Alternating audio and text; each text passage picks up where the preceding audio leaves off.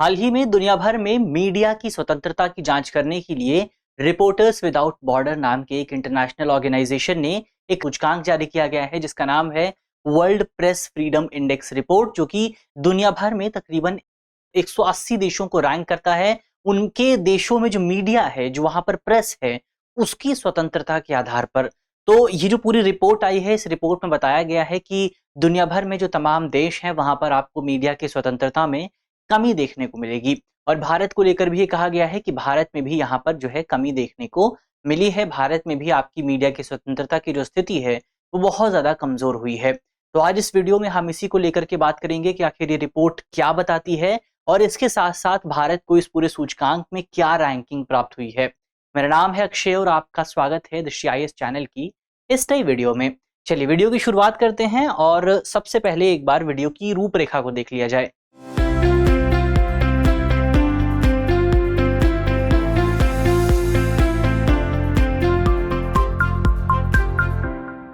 तो सबसे पहले हमने न्यूज यानी खबर को देखा। खबर के बाद हम सूचकांक के बारे में, सूचकांक क्या कहता है, क्या पॉइंट्स दिए गए हैं, उनको देखेंगे। इसके बाद दुनिया भर में क्या स्थिति है उस पर बात करेंगे। सूचकांक के विषय में कुछ इंपॉर्टेंट बातों को देखेंगे और भारत में प्रेस की स्वतंत्रता को लेकर के क्या कानून मौजूद हैं, क्या नियम मौजूद हैं, उन पर भी बात करेंगे और अंत में एक सवाल को भी देखेंगे। इसके अलावा अगर आप यहाँ पर समझें तो भारत सरकार की ओर से इस पूरे सूचकांक को लेकर के क्या कहा गया है उस पर भी हम यहाँ पर बात करने की कोशिश करेंगे। तो ये हमारी पूरी रूपरेखा रहने वाली है। इसके अलावा जो पूरा हमारा टॉपिक है GS पेपर 2 से जुड़ा हुआ है और आप इसे इंडियन पॉलिटी और इंटरनेशनल रिलेशंस के सेगमेंट से जोड़ करके देख सकते हैं। इसके अलावा मिसलेनियस या फिर विविध के सेक्शन से तो जुड़ता ही है और करंट अफेयर के सवाल आने की संभावना यहाँ से बन जाती है।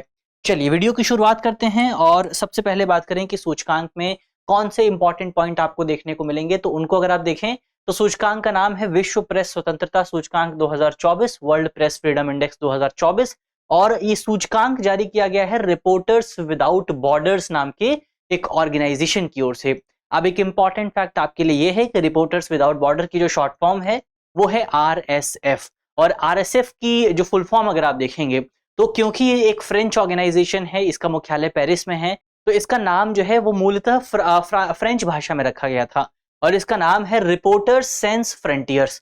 तो रिपोर्टर्स सेंस फ्रंटियर्स की जो शॉर्ट फॉर्म है वो है RSF और जब आप इसको इंग्लिश में ट्रांसलेट करते हैं तो ये निकल करके आता है रिपोर्टर्स विदाउट बॉर्डर्स। तो इसीलिए इस रिपोर्ट को किसने जारी किया है? इसको जारी किया है RSF यानी कि रिपोर्टर्स विदाउट बॉर्डर नाम के एक ऑर्गेनाइजेशन ने। रिपोर्ट क्या बताती है?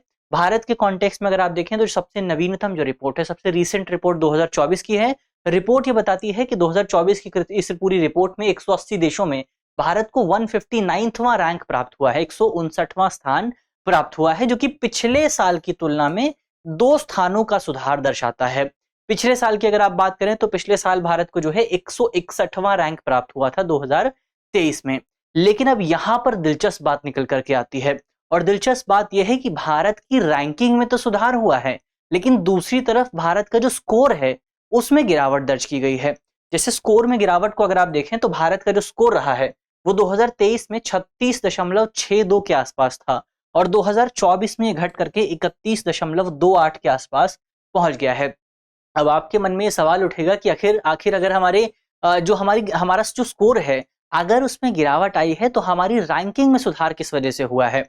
तो इसकी एक जो प्रमुख वजह है वो ये है कि बेसिकली जो हमारा स्कोर तो कम हुआ है लेकिन दुनिया के कई दूसरे देश ऐसे हैं जिनका स्कोर बहुत ज्यादा कम हुआ है, तो उनकी रैंकिंग में बहुत ज्यादा गिरावट आई है जिसकी वजह से भारत की रैंकिंग थोड़ी सी बढ़ गई है। लेकिन अगर आप संक्षेप में इसको समझें तो रैंकिंग जरूर बढ़ी है लेकिन स्कोर कम हुआ है और स्कोर कम होने का मतलब यह है कि भारत में प्रेस की स्वतंत्रता भी कम होती हुई नजर आपको दिखाई दे जाएगी।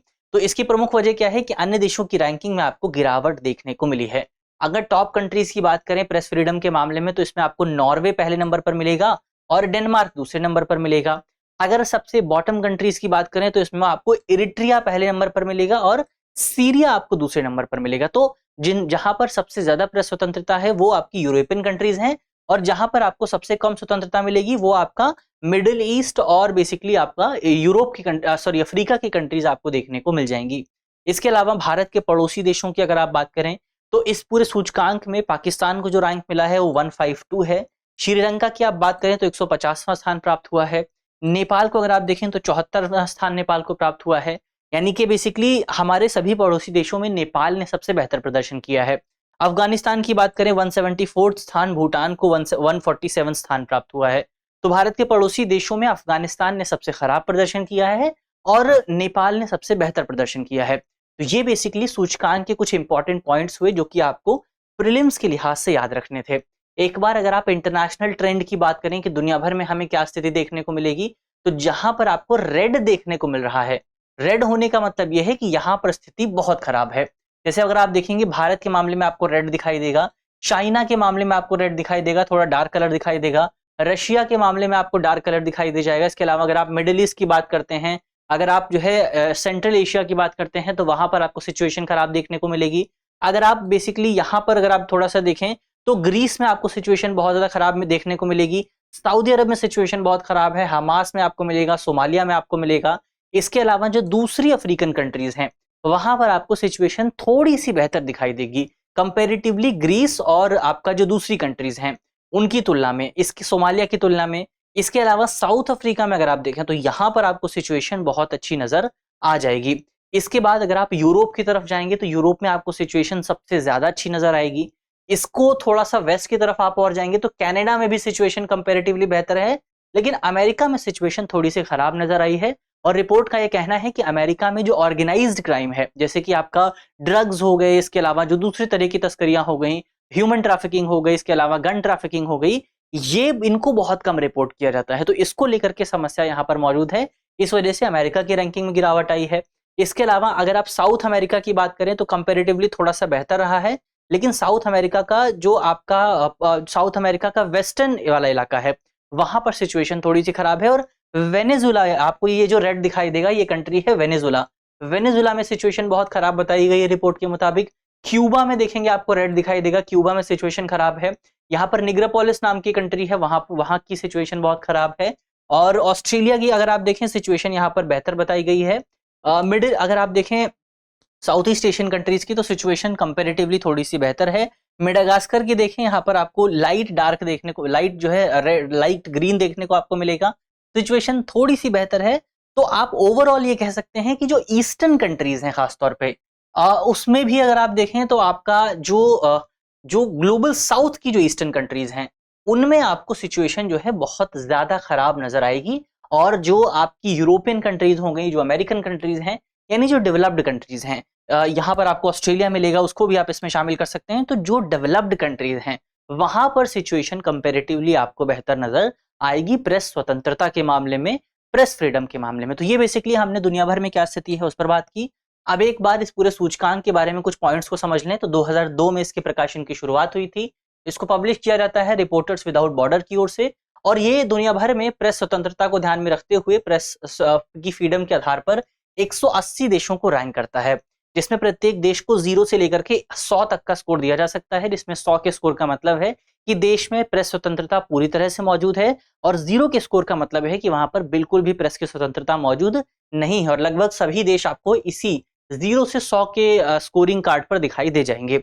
इसके अलावा मापदंडों की अगर आप बात करें तो इसमें अलग अलग देशों को, अलग अलग क्षेत्रों को 5 प्रासंगिक सांकेतिकों के आधार पर जो है मापा जाता है, जिसमें इसमें पहला है आपका राजनीतिक संदर्भ यानी कि पॉलिटिकल कॉन्टेक्स्ट। इसके अलावा कानूनी ढांचा कैसा है, वहां की मीडिया को जो है बेसिकली मजबूत करने के लिए। आर्थिक ढांचा कैसा है, आर्थिक कॉन्टेक्स्ट, इकोनॉमिक कॉन्टेक्स्ट कैसा है, सामाजिक सांस्कृतिक कॉन्टेक्स्ट कैसा है, और सुरक्षा कैसी है, सेफ्टी कैसी है। तो अगर आप इसमें 2024 के सूचकांक को अगर आप देखेंगे तो सिक्योरिटी को छोड़ करके, सुरक्षा के मानक को छोड़ करके भारत ने लगभग सभी मानकों में खराब प्रदर्शन किया है, और भारत का जो स्कोर है उन सभी मानकों में कम हुआ है। तो ये बेसिकली भारत के यहाँ पर हमने बात की। और अगर इस रिपोर्ट की माने तो आप ओवरऑल अगर आप दुनिया भर में देखेंगे तो ओवरऑल दुनिया भर में आपको प्रेस की स्वतंत्रता में कमी देखने को मिली है, और ये जो कमी आई है वो 7.6% की कमी, आप 6 अंकों की कमी यहाँ पर आपको देखने को मिली है।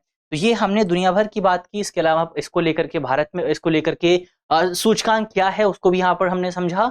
अब एक बार भारत में प्रेस स्वतंत्रता से जुड़े कुछ इंपॉर्टेंट टॉपिक्स को आप समझ लें, कुछ नियम क्या है, कानून क्या है, उनको देख लिया जाए। तो सबसे पहले आपको भारतीय संविधान के अनुच्छेद 19 को देखना होगा, जो कि भाषण और अभिव्यक्ति की स्वतंत्रता की बात करता है, यानी कि freedom of speech and expression की बात करता है। तो अगर आप भारतीय कानूनी ढांचे में देखें तो प्रेस की स्वतंत्रता को एक्सप्लिसिटली यानी कि स्पष्ट तौर पर कहीं भी शामिल नहीं किया गया, कहीं भी संरक्षित नहीं किया गया है। हालांकि अगर आप जो है बेसिकली अप्रत्यक्ष तौर पर देखना चाहें तो आप कह सकते हैं कि भारतीय संविधान के अनुच्छेद 19(1) के तहत आप इसको शामिल जरूर कर सकते हैं, जिसमें ये कहा गया है कि भारत के सभी नागरिकों को भाषण एवं अभिव्यक्ति की स्वतंत्रता का अधिकार प्राप्त होता है। साल 1950 में सुप्रीम कोर्ट ने अपने रोमेश थापर बनाम मद्रास राज्य विवाद में भी अपने ऑब्जर्वेशन में, अपने डिसीजन में यह कहा था कि प्रेस की स्वतंत्रता किसी भी देश के लोकतंत्र के लिए, लोकतांत्रिक संगठनों के लिए बहुत ज्यादा इंपॉर्टेंट होती है, उनके नींव के तौर पर काम करती है। हालांकि जो प्रेस की स्वतंत्रता है वो एब्सोल्यूट नहीं है, पूर्ण नहीं है, और इस पर कुछ प्रतिबंध जरूर लगाए जा सकते हैं, जिनका जिक्र आपको भारतीय संविधान के अनुच्छेद 19(2) में देखने को मिलेगा।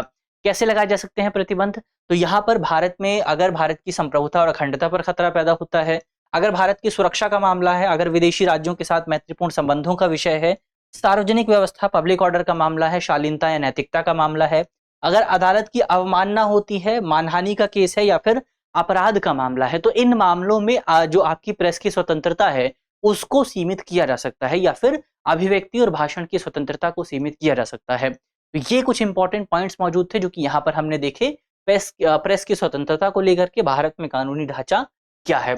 अब एक बार इस पूरे विषय से जुड़े प्रश्न की भी बात हो जाए। अंत में एक प्रीलिम्स का प्रश्न है जिसका जवाब आप कमेंट बॉक्स में बताएंगे। तो आज का हमारा सवाल है आपसे कि विश्व प्रेस स्वतंत्रता सूचकांक किसके द्वारा जारी किया जाता है? हमारे ऑप्शन है, option A UNDP, option B UNEP, option C RSF, या फिर ऑप्शन डी डब्ल्यूडब्ल्यूएफ। तो इसका जो सही जवाब है वो आप कमेंट बॉक्स में बताएंगे कि प्रेस स्वतंत्रता सूचकांक को कौन जारी करता है। मुझे उम्मीद है कि इस वीडियो में हमने जितने भी पॉइंट्स पर बात की है वो आपको समझ में आए होंगे, और अगर आपके प्रश्न पत्र में इससे जुड़ा कोई भी सवाल आता है तो सवाल को सॉल्व करने में आपको कोई भी समस्या नहीं आएगी। मिलते हैं आपसे अगली वीडियो में, तब तक के लिए अपना ख्याल रखिए, ध्यान रखिए, पढ़ते रहिए। धन्यवाद। डियर व्यूअर्स, अपने एग्जाम की तैयारी को और बेहतर करने के लिए हमारे चैनल को लाइक, शेयर और सब्सक्राइब करना न भूलें।